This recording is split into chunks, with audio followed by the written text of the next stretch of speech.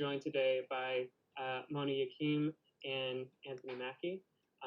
As you know, this is kind of timed to the new documentary feature film, Creating a Character, The Moni Yakim Legacy, on which Anthony Mackie is an executive producer and also a previous student of Moni Yakim, who is the co-founder of the drama division at the Juilliard School and really just an iconic movement technique instructor. So we're going to be talking all things that, and just you two, thank you so much for joining us. It's such a treat to have your ear for a moment, and glad to see that you're holding up okay, given the extraordinary times we're living in. Right. Thank you. Yeah. Well, I suppose a good place to start is just how did this documentary first all come together? I just had the chance to watch it last night, and it's really such a great peek inside the brains of some industry masters. So how did the whole thing come together for you two? Well, basically, an ex-student of mine by the name of Mark Olson, who is also now a teacher at Juilliard, thought that it would be a good idea to record the type of exercises that I do, and to get a little bit more deeper into the method. So he talked to the director of the drama division without my knowledge, and they decided that we should do that. So they got in touch with me and told me that that's what they intend to do. And that's how it all started. It was Mark Olson's idea. Well, it's certainly a subject deserving of its own documentary treatment. Anthony, how did you come on as executive producer? I heard that they were doing a documentary, and Boaz, Moni's amazing director, writer, son, reached out to me and told me that he was doing the film about Moni and asked me to be a part of it. And, you know, I've been studying theater and training since I was 7 years old. So one of the lasting influences, biggest influences on my career, especially at this stage where you get of age and you have to be able to, you know, get your body ready every time you go to work, was Moni as the second year of Juilliard. One of the biggest highlights of that year was everybody going into Moni's class. We all talked about it. We all looked forward to it. And, you know, first year you hear, you know, rumors and talks about Moni and who he is, and you never see him. You know, he moves so quietly, and you would see just like a shirt turning a corner or something like that. And then once you get in his class, it was a great experience. I mean, I think the Spanish Inquisition is a thing of legend that everybody will always remember and never forget. That's great. That's great. And you are executive producing this alongside Jessica Chastain, who is another pupil of Moni's. Just to run down the list here, I mean, this isn't nearly speaking to everyone, but we've got Anthony and Jessica, Oscar Isaac, Meryl Streep, Viola Davis, Patti LuPone, Adam Driver. Really some of the best actors working today have trained under you, Moni. I'm just curious, what does that mean to you to see your pupils go on to such great success in the craft and the industry? It must be pretty gratifying. It's incredibly gratifying. However, I'd say it's gratifying to me as well when I see people that went into different directions.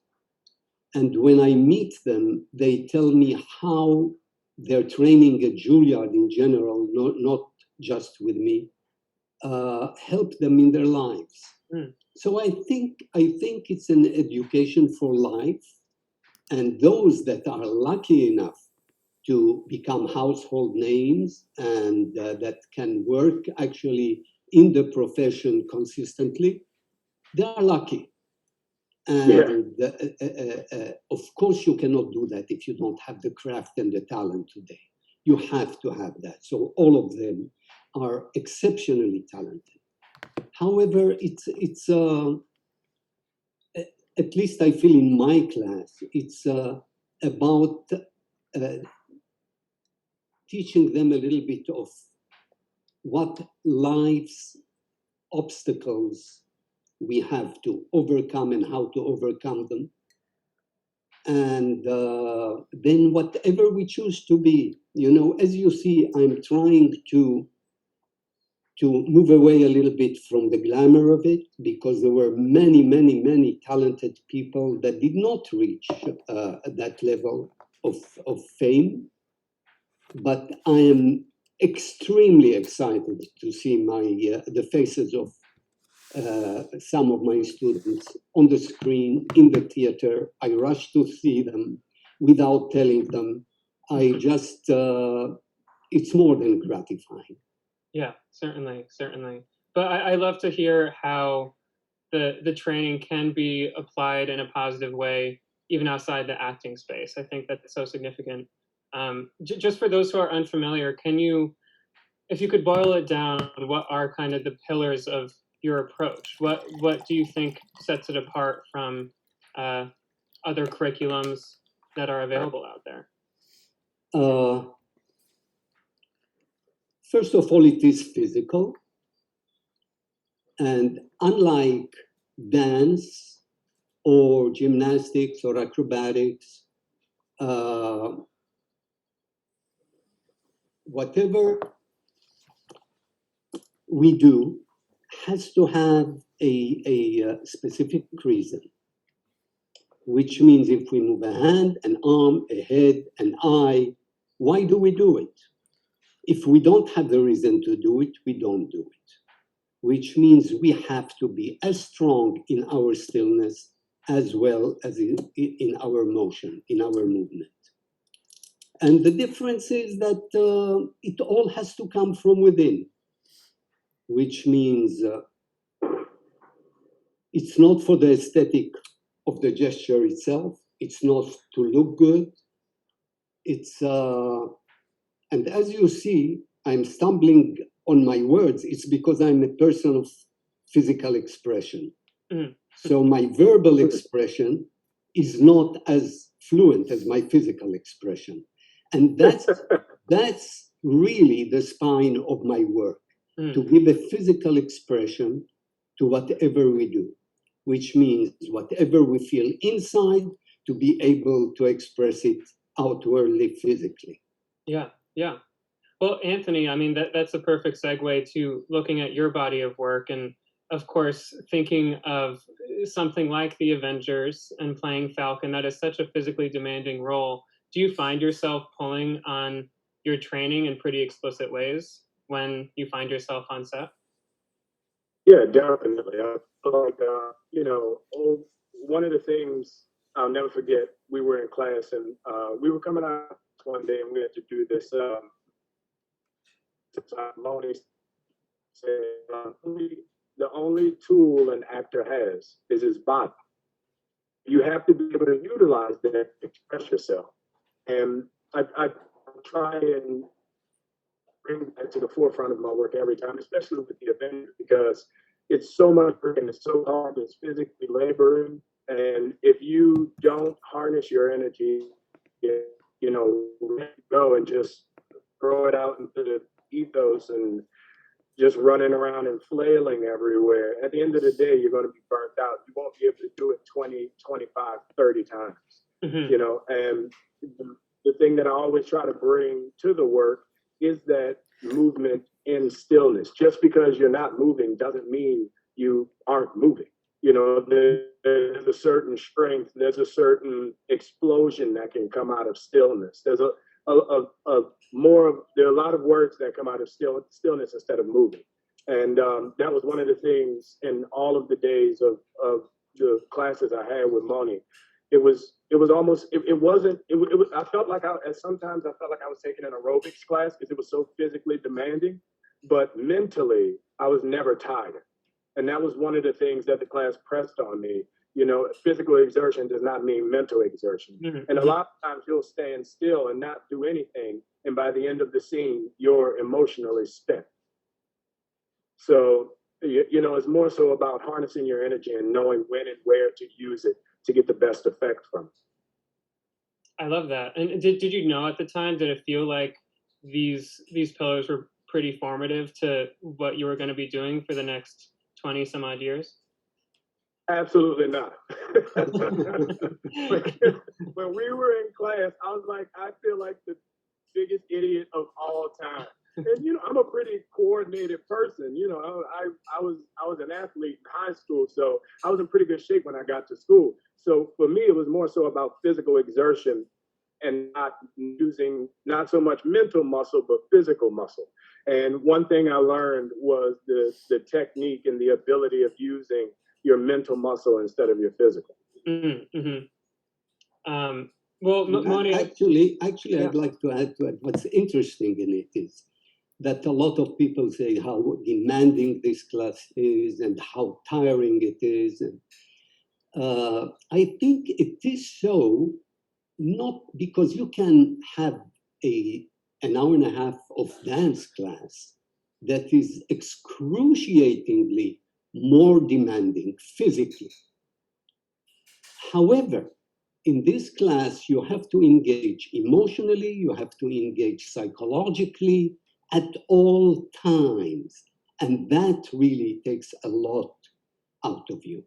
So if they are exhausted, if they are tired, it's because they were totally emotionally, mentally, psychologically engaged with it constantly.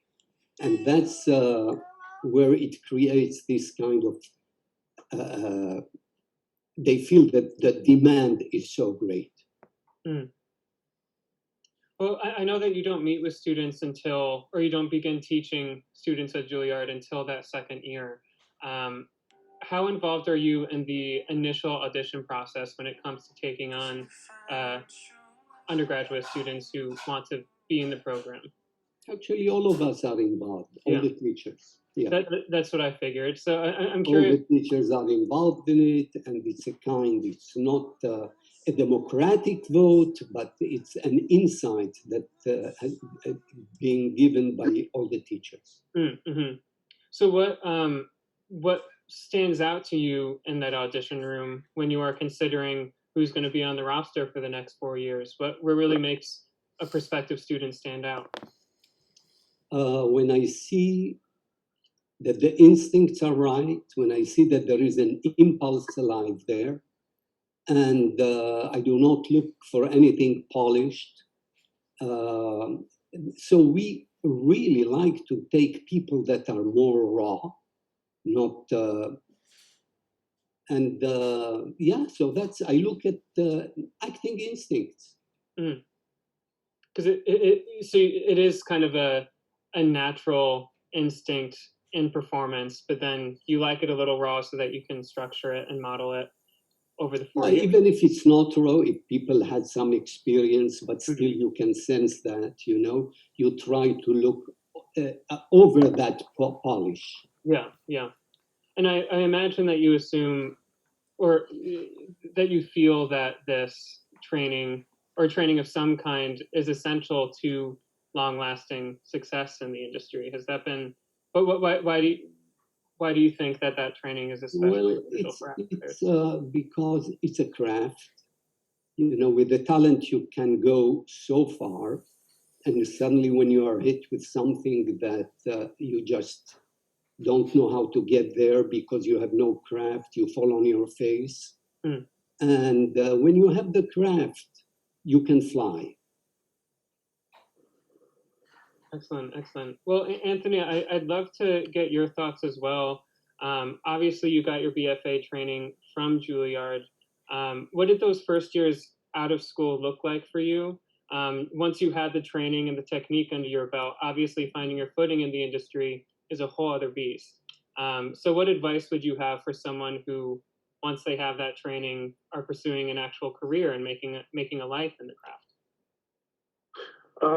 Well, I think the craft, I always tell people, and my rule of thumb is this: you have to ask yourself a question and be honest with yourself. Do you want to be a working actor, or do you want to be a celebrity?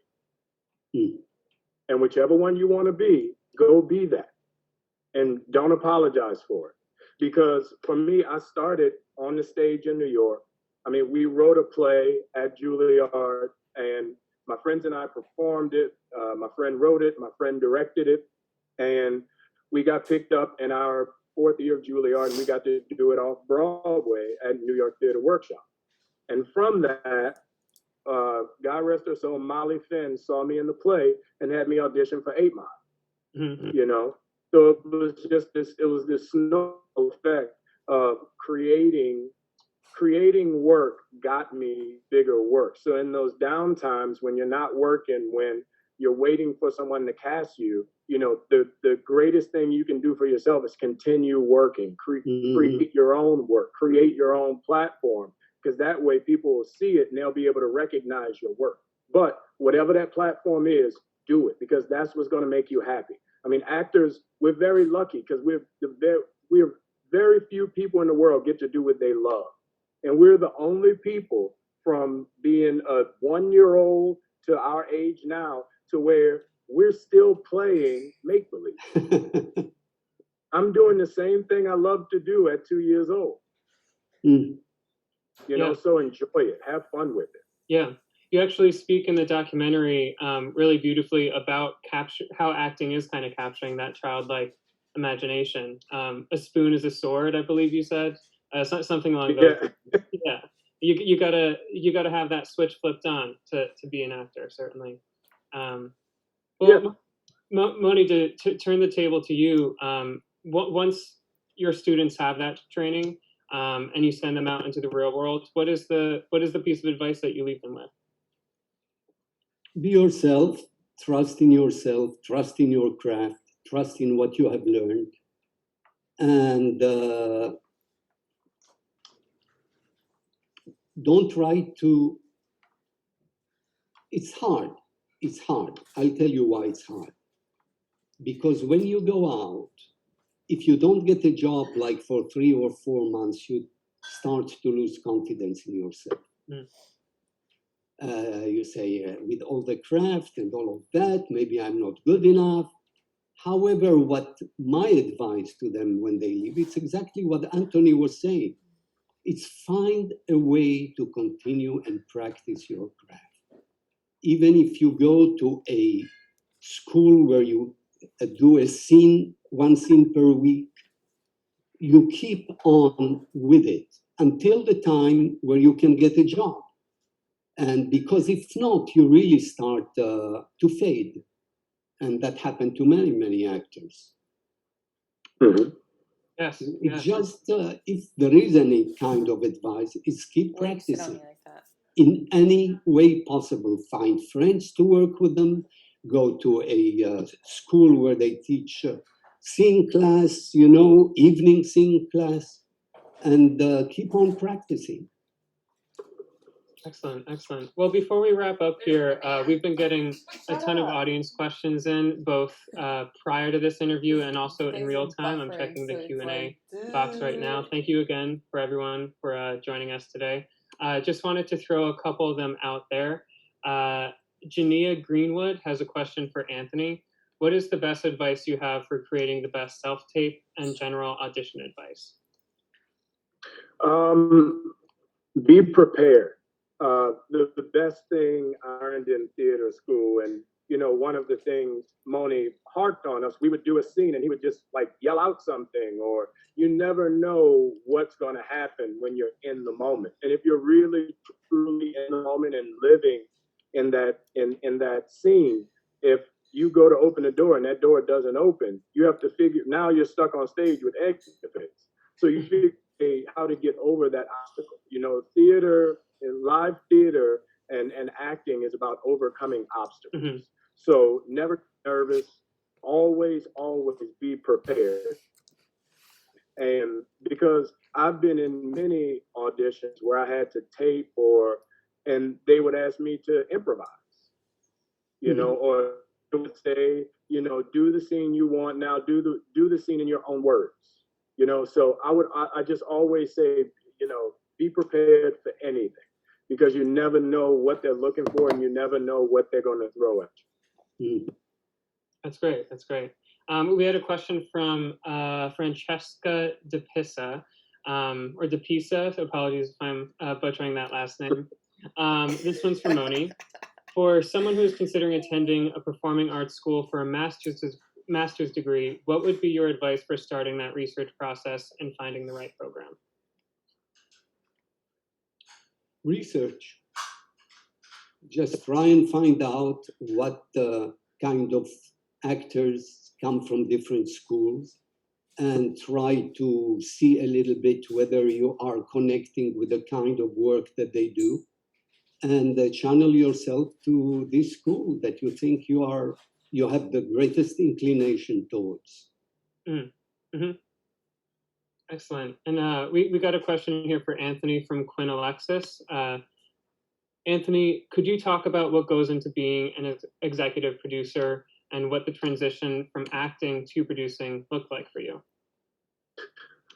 Well, executive producer and producer, I'll say this, executive producer is more so just once the project is formulated and they're putting the project together, you get to add on to the project and give a little bit of input and, you know, give a little bit of feedback to the project and put your personal taste on it. Producing is interesting because everyone has taste. Mm-hmm. And always people like because your taste, believe it or not, has a long, you know, and you know, creating. I always say create content. You know, stay developing, stay writing. When you get into produce, it's very different because in acting, you're given the script and you're told to, you know, go ahead and do your thing. But in producing, you have say, and you have to create those characters and those words in that world and make sure it's real. So they go hand in hand because I think actors make the best producers because we have the script analysis training, we have training, we have all of that training to be able to put into those characters and make them three-dimensional. Yeah, you have the taste, to say the least. Well, as a final question for you, I'd love if you could leave us, obviously this interview and this documentary, we're living in pretty extraordinary times right now. The industry is at a standstill. Moni, you are teaching your courses at Juilliard via Zoom. This is a very strange time for everyone. Is there anything that you'd like to leave us with in terms of how we as artists, we as performers can get through this together? I told you at the beginning of the discussion, don't go too deep. I'm not in the mood for it. Fair. If you'd like to leave it there, we can leave it there. But as far as Zoom, honestly, I think I personally hate it. I do not like it because I feel that actors have to be together, take from each other, breathe together, sense each other. And I feel that Zoom is some kind of a release, but really I'm looking forward to be in the room with other people. Yeah, certainly. Anthony, anything you'd like to add to round us out here? Take classes. To all the actors who are on here watching and listening, you want to be bad in class. You don't want to be bad on film or on stage. So when you're in class, take chances, be as bad as you can be. Try to do a Scottish accent and suck at it in class. Don't do it on film. The best thing about class is you can be bad and only maybe 20 people will know. If you're bad on film, you're bad forever. Right. I love that. That's a nice cap to this interview, certainly. I'm glad to see that both of you are in good health, taking care of yourself. Congratulations on this film. A reminder to our audience today that is creating a character, the Moni Yakim Legacy, available on video on demand this Friday, June 19th. Thank you both so much for joining us, and we'll be in touch. This is a great little chat, and I appreciate your time. So thank you very much. Love you, Moni, man. Good to see you. Great seeing you, Anthony. Have a good one. All right, bye-bye.